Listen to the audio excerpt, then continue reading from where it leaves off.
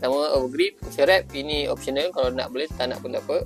Ini penting ni, tip hitam putih. Buka original grip ni dulu. Fungsi tip hitam ni supaya peluh korang tu basah ke apa, tak nak kena kat kayu ni, sebab dia boleh mekal lepas tu patah. Macam ni hasil dia. Step kedua, pakai cushion wrap. Ini kalau nak pakai boleh, tak nak pakai pun tak apa. Macam aku lilit dekat hujung bawah ni, lepas tu pusing sampai atas.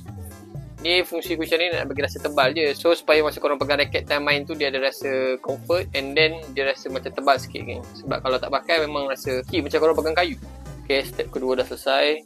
Step 3 barulah korang pasang overgrip. Dia ada dua side, yang besar yang kecil. So korang pakai yang besar ni, yang kecil ni nanti ujung-ujung baru korang pakai untuk tampal, bagi dia lekat. So kalau letak sini, tekan pakai ibu jari, tu tarik sikit. Nampak tak? Dia kemas. Dia dah ketat, pusing je. Ni last sekali. Buka dia punya tip putih ni, tinggal tampal. Dah siap. Lawa tak lawa guys. Ni hasil dia. Okay guys, korang boleh cuba pasang grip macam ni. Confirm grip dekat korang akan nampak kemas. Ciao.